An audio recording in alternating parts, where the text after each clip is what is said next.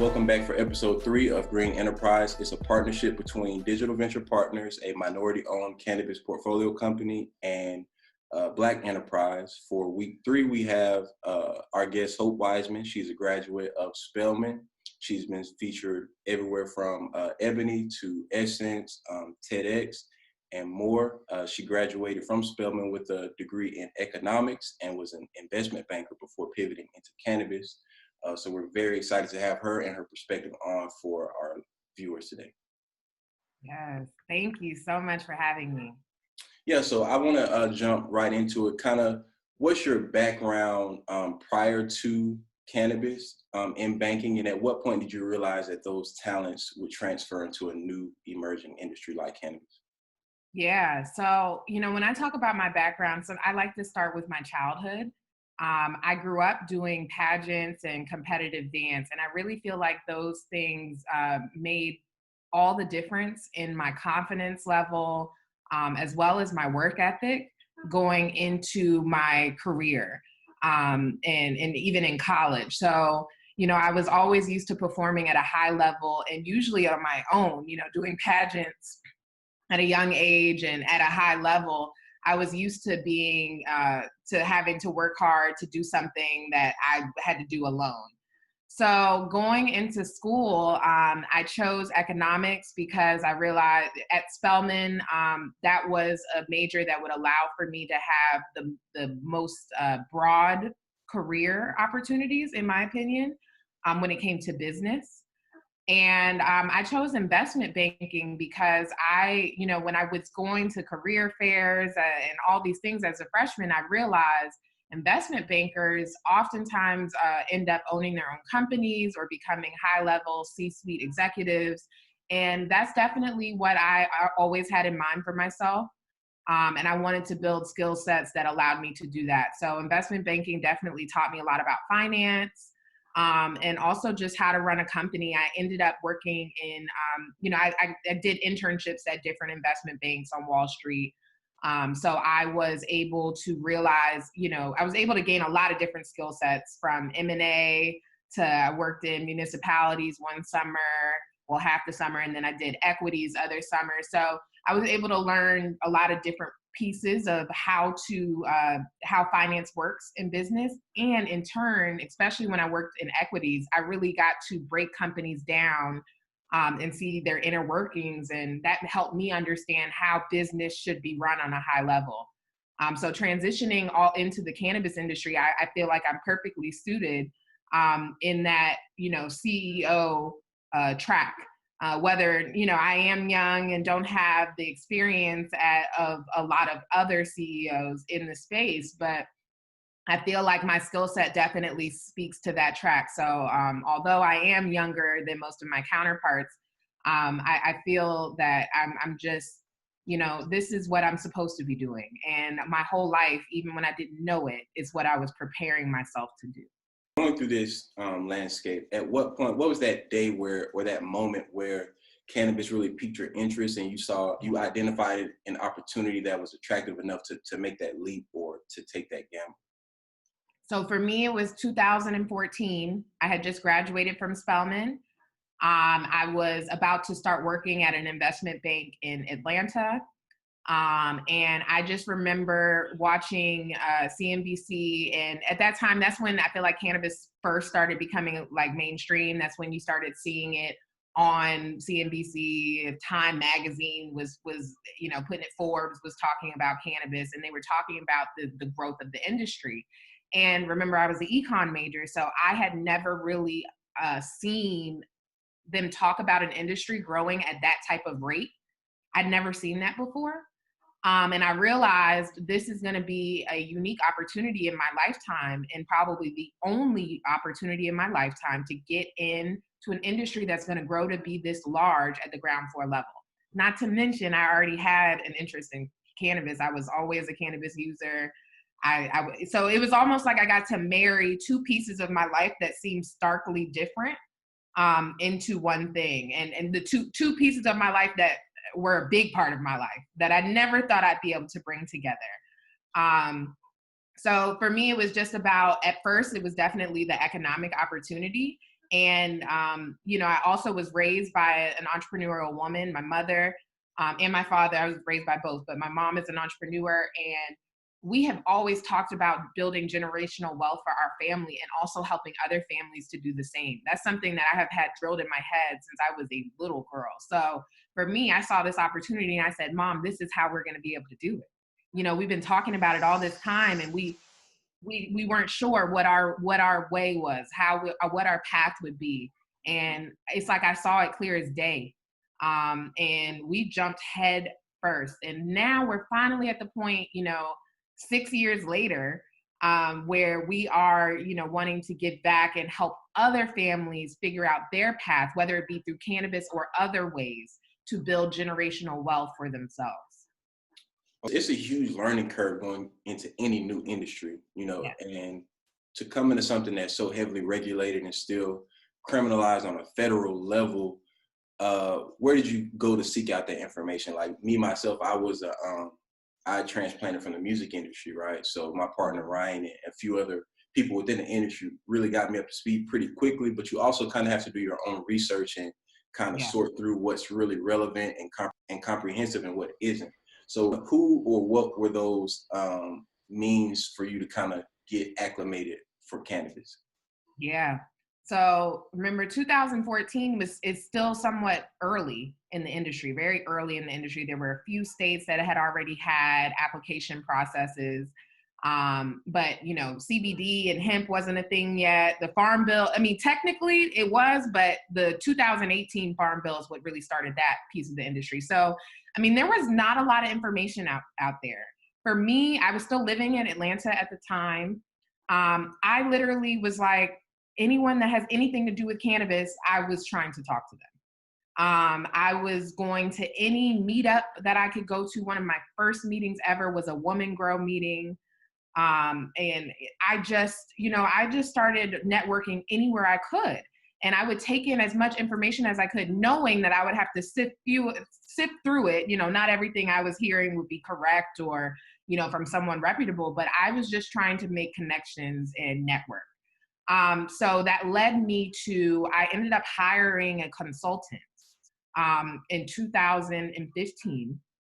And she was able, as she was at the time doing signing up patients in the District of Columbia, because they had already had a medical program first. And she had found a lot of success from that. And through that process, she has just made connections in the industry.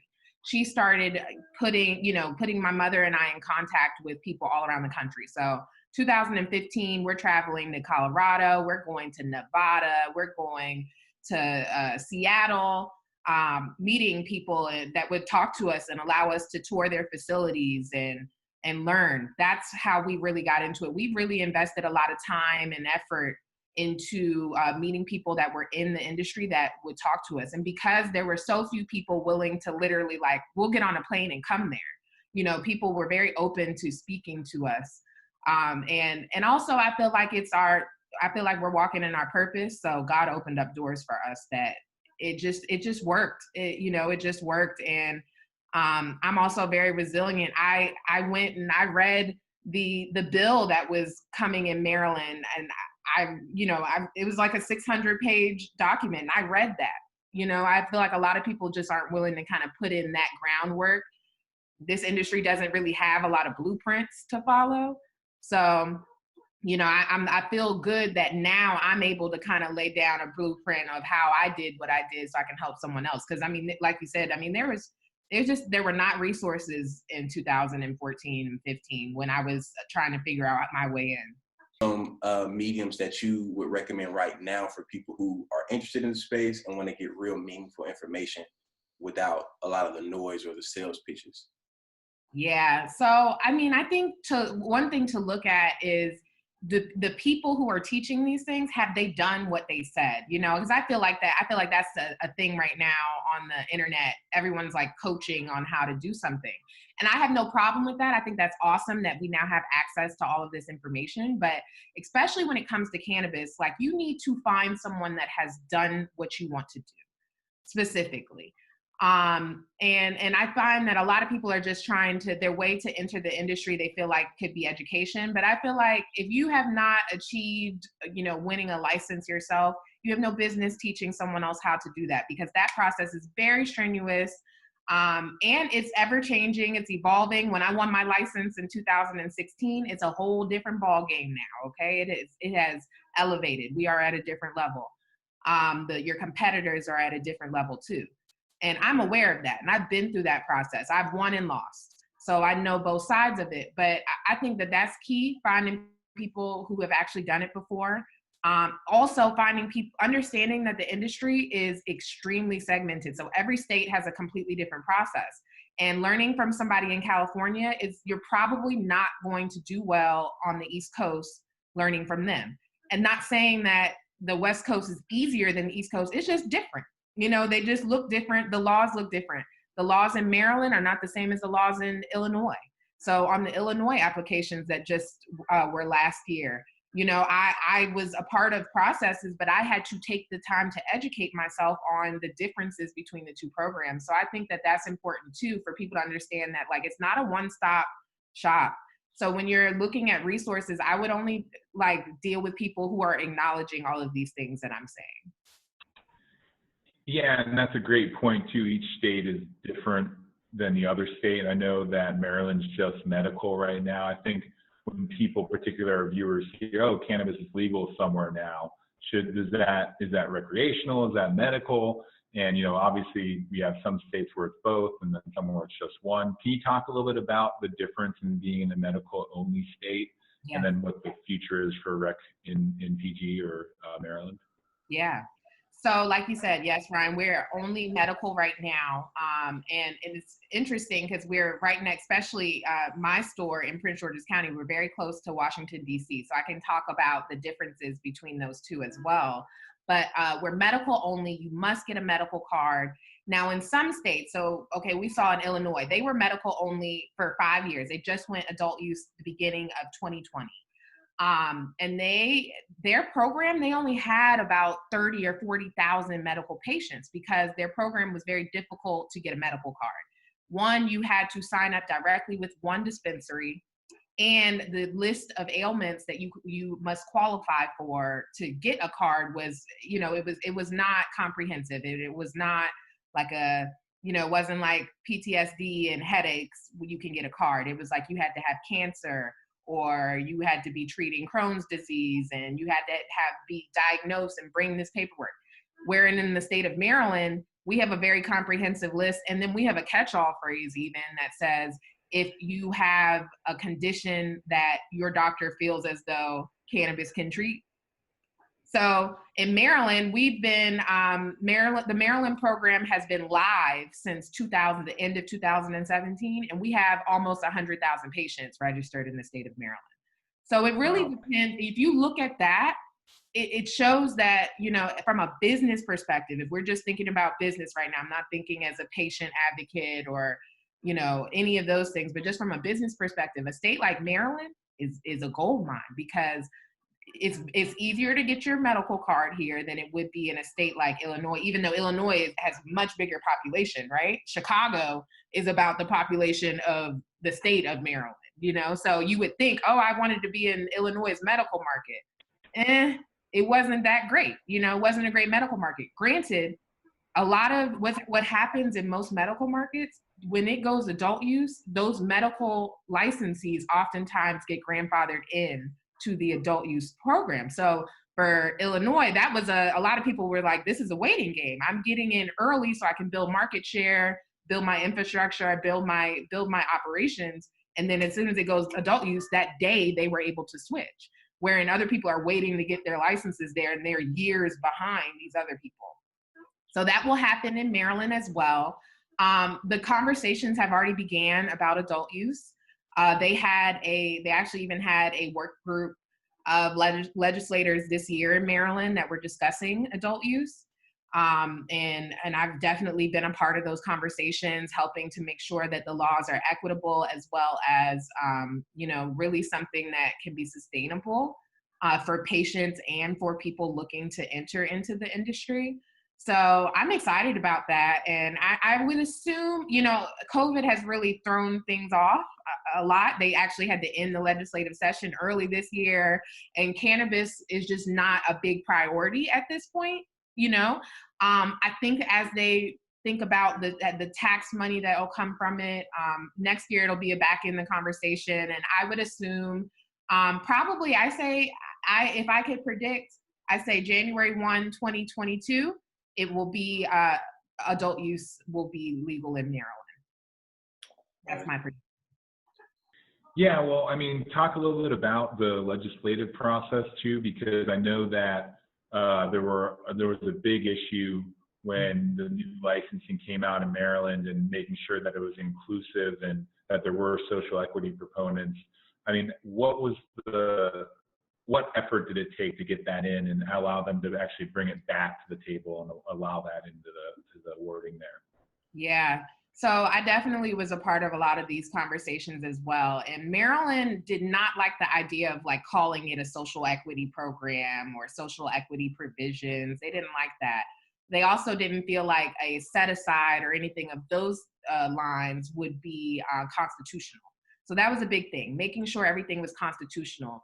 And, I kind of feel like we missed it, if I'm being honest, because the new licenses, and I felt like we missed it before the awards, or the awards have not happened yet, which I'll explain why. But before we knew who the top scoring applicants were, I've been saying we missed it because it was based off of a point system in the application, and you got more points for meeting certain, I guess we can call them social equity provisions or diversity points.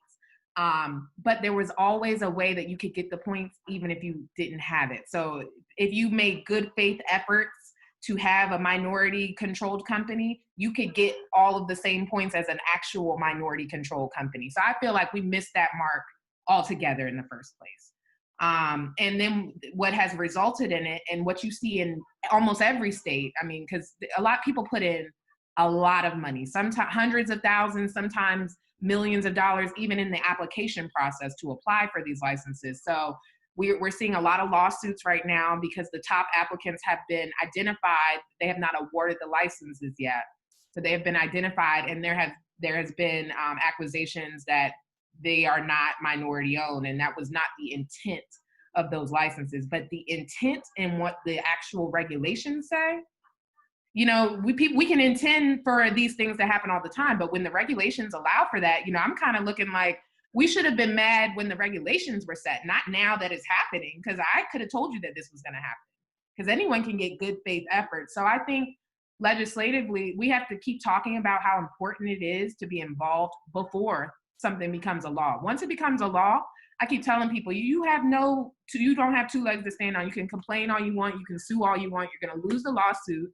You're going to spend thousands and thousands of dollars fighting something, and you're just going to look like you're just complaining. So I tell people all the time, focus, and you have power there. You have power to really shape these laws that will govern the programs that we are subject to. Yeah, that's an amazing answer. And I think we don't really get honest dialogue from people who are really within it. I think it's a romanticized process, right? When people talk about get into cannabis, get your license, and people don't really understand it.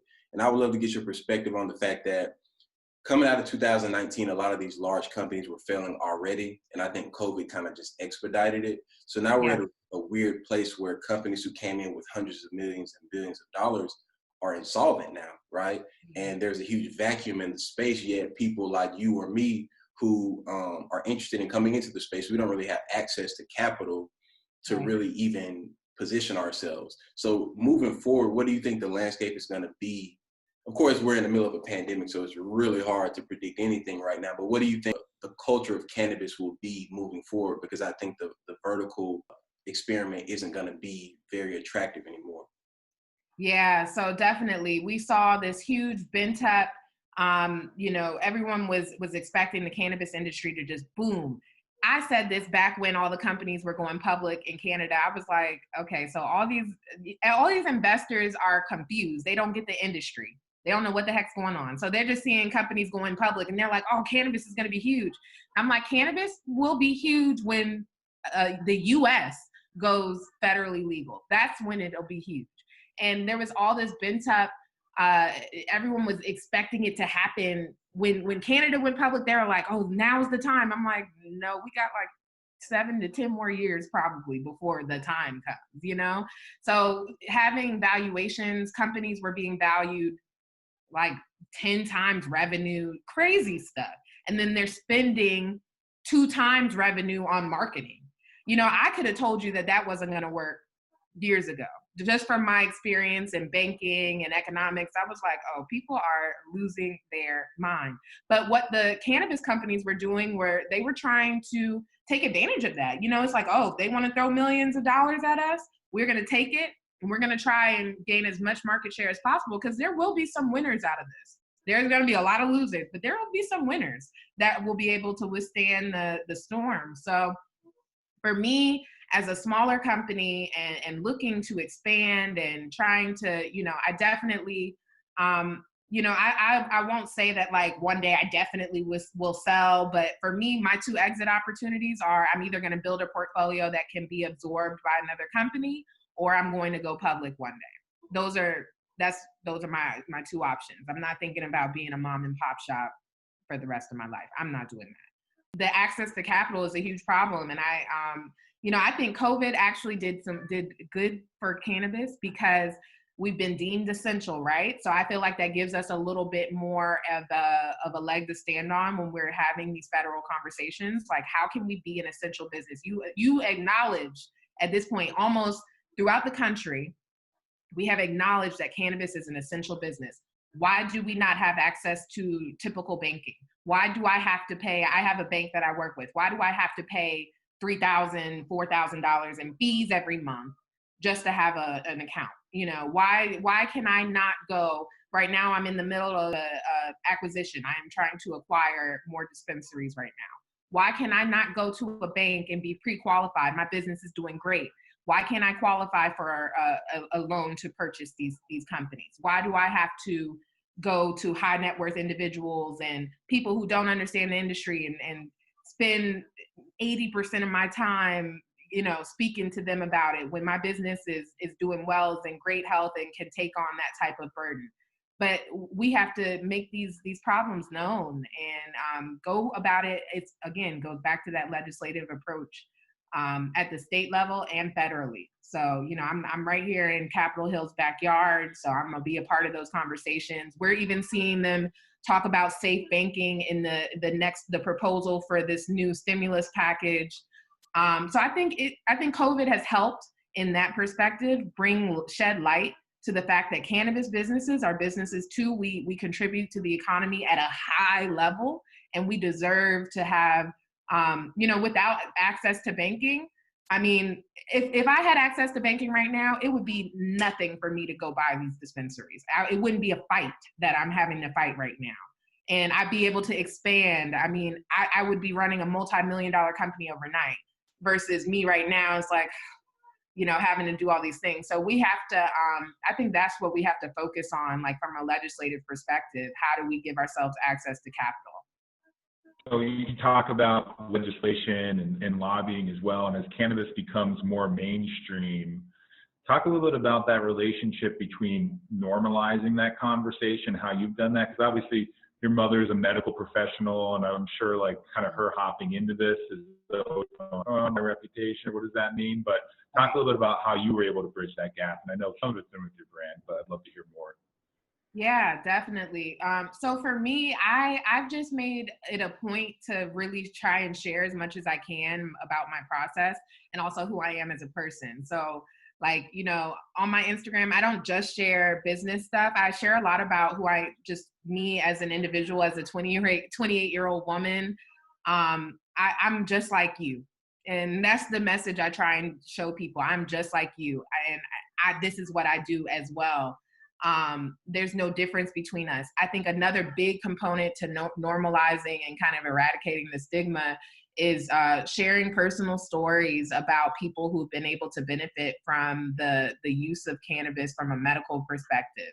I think that's huge, and also the most moving piece of the whole thing. So like for us, our family, In 2017, my mom was diagnosed with breast cancer in the middle of us doing all of this. So, God has a funny way of giving you a testimony. We're in it all for economic purposes, and we thought it was great and we wanted to help our community. Then my mother got sick in the middle of it, and she was able to use cannabis, and it really gave her a much better quality of life.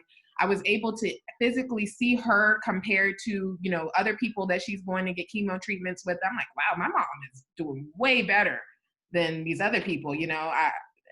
What is that about? And I had a clear answer. So for us, that story was able to change. Because we had family members that were not supportive of what we were doing.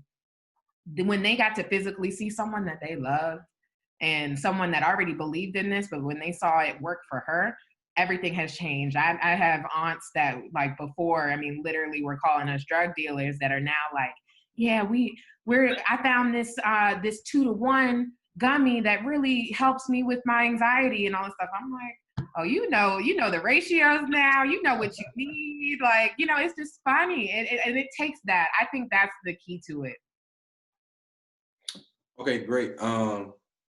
My next question, to kind of pivot a little bit, would be, people romanticize your position a lot. They see the headline of Hope Wiseman, the youngest dispensary owner, the youngest woman to own a dispensary, right? And I don't think people really understand the legwork that you had to put in years prior to that, right? To get into cannabis, but it's even harder to stay in cannabis, right?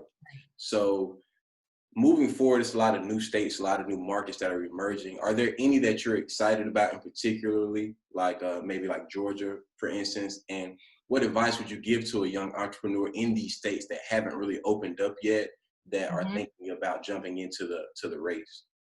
Yeah, I'm really excited about a few states. So Illinois is going to license some people. I'm excited about Illinois. I'm a part of a few teams that have applied, and I consulted with a few people that applied there. So I'm excited for that. Georgia, New York, Pennsylvania, I believe all within the next 12 to 24 months, we'll probably be doing something. And all of these markets will be huge, extremely competitive. The big companies, a lot of them are, a lot of these MSOs that we know right now are losing money. They're dumping assets so that they can get cash, so they can be ready to apply in these states. So that's going to be your competition. My suggestion to young entrepreneurs who are looking to get into the space, I would be doing one of two things. I would be either looking to join a team of people who are already established in the space, who need boots on the ground. I would be looking to, what are my skill sets? What can I offer to this team that they really need? And oftentimes it is, like I said, boots on the ground, someone who really knows the area, who can have certain connections politically, and from a community aspect, as well as a lot of, at this point, social equity is huge. So if you qualify as any type of social equity person in those states, that a lot of companies need that as well. So I would be learning as much as I could, trying to join a team and ensuring my spot, making sure I'm not being taken advantage of. And the way to do that is really to bring value to the team other than just being Black. Nobody, it's a lot of Black people, okay? Like, nobody cares. So, because I know a lot of people that they say that, they're like, oh, well, I'm like, what else can you do? Because I can find anybody that can do that is that. So yeah, that's what I tell people, to build your skill sets and find an established team. Even the big guys are looking for people with boots on the ground, because they can't be everywhere at once. These are large corporations. They have structures, so you can be a part of that new structure. And then the second thing I would be doing is potentially figuring out how I could be a part of the industry from the other side of it, the ancillary side. That's, to me, if we talk about, okay, a lot of people compare Green Rush, Gold Rush. The people who sold the picks and the shovels all made money. People digging for gold, like I said before, they were winners and losers. Everybody makes money that sells the picks and the shovels. So I would be figuring out if I have the skill set that can be transferred to the industry and helpful, or if I can create or sell some type of product that could be helpful to these new emerging industries. The guests that we've had so far said the exact same thing. It's like you have to look at all of the economy that's being created around the plant, as far as packaging, security, delivery, marketing. So Mhm. my question for you is, your brand Mary and Main, it communicates very well, right, with your base. And I think that's something that most of these LPs weren't able to do. They weren't able to successfully build a brand that people wanted to engage with or continually shop with. What was some of the, what was that process for you to not only get your license, but to say, how do I create a packaged good that makes people want to actually come and engage with my product? Because a lot of companies figure, oh, I have weed now, people will just show up and buy it. And that's not the case. You still have to market. Yeah. Well, okay. So first, right now, Mary and Main is just a retail brand as of now. We don't manufacture any products as of now. But for us, I think it was just a huge piece of really sharing our story. You know, a lot of people don't connect themselves to their brands. And I think just connecting ourselves to the brand really helped people feel that it was something that they wanted to support. The fact of people seeing a mother and daughter, African American women, then one of them, you know, is young, under the age of 30, being able to break into this industry. I think that's where a lot of our support comes. From there, we just started to see, I mean, the people who were coming to us were people just like us, people from similar backgrounds. So we know how to speak to them because we're speaking to them as though they are us. And you know, we operate in our hometown. We're in Prince George's County, Maryland. I grew up 5 minutes from my store. I went to high school 10 minutes the other way from my store. So this is home. You know, we know how to talk to them. We know what they know and what they don't know. I know all the people who've been buying weed on the street all these years and what they like and what they don't like. So it was easy to connect, and we really focus on education. That's where we stay, because even people that you wouldn't think care about, you know, what different terpenes are and all the different cannabinoids in the medicine. People who really are genuinely, people who are coming to the dispensary, I'll say that, want to be able to understand what they're consuming and how it will interact in their body. So we just focus heavily on education, and just with connecting with our target customer. We don't try and sell to everybody. I get people all the time, they're like, well, on the street, cannabis is this much, or this dispensary is doing this. I'm like, I mean, my patients don't buy on the street, and my patients don't go to those dispensaries. So I speak to them and what they need. For us, I'm not trying to compete with everybody. I can't, you know? So I think that a lot of LPs try that too. And I think that's part of their reason, you know, they were spending all this money on marketing, and now they don't even have money to pay their employees. So I think that you gotta get focused. You can't try and market to everybody and sell to everybody. You have to sell to the people that connect with your brand. And I think Mary and Main, we've done a good job with just staying dedicated to our people. Are y'all working with Select too? Yeah, so we work with Select and Curaleaf, and you know, I think that they're a great company, and they're one of the ones that's really being able to navigate this. You know, they're navigating all of this pretty well, and I definitely look up to them as a company, and I admire what they've been able to build. Yeah, I've worked really closely with their executive team, and then also their hedge fund or their investment fund as well. So that's really cool to hear that you have a great experience with them too. Yeah, like I said, I hope to build an organization like Curaleaf one day. For you, like trying to go into like, do you just have one location right now? You're trying to absorb an entirely different. So in Maryland, we're trying to buy 2 more stores right now that are already operational and all that good stuff. So how far are they from your location, and kind of what made you feel like that's an investment? They're far. Scale is everything in this industry. So in order for us to get to for me, my plan is not really to focus on vertical integration. It's to focus on retail and building brands. 2 different, you know, not really, I don't want to be a cultivator or a processor. Granted, I may at some point get into that because I'm interested in brands. You know, it might just be helpful to be able to make them myself versus having to have someone else make them. But the beginning of it is retail and having retail locations. Right now, we're already in Maryland. You can own up to 4 dispensaries. So we're like, hey, we have a company that's selling 2. Let's go ahead and get 2 more.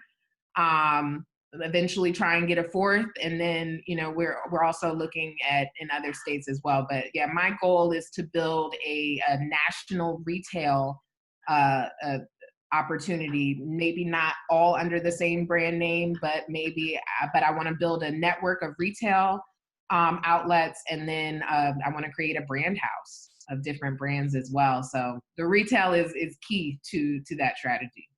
For people coming in, like, you're gonna have to raise capital. Like, the 99 out of 100 people do not have the type of money that you'll need to really have a substantial chance.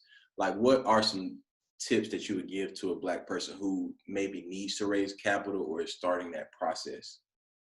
Know your stuff. So I actually have the book right here. I will show it. A book that I like, Venture Deals. It's a really good book. Teaches you a lot about kind of just going through how to the lingo that you need to know, going through these conversations with accredited investors. Look, getting $10,000 from your auntie is not going to help. It might help in the application process. You can get 10 people to give you some money, and maybe you'll be able to get through an application process. But when it's time to really raise money, you're going to need to be talking to sophisticated investors. So you need to really understand what you're talking about. You can't just go ask for money. It's a process. There's a way it's done, especially if you end up talking. Right now, there are funds that work with cannabis companies.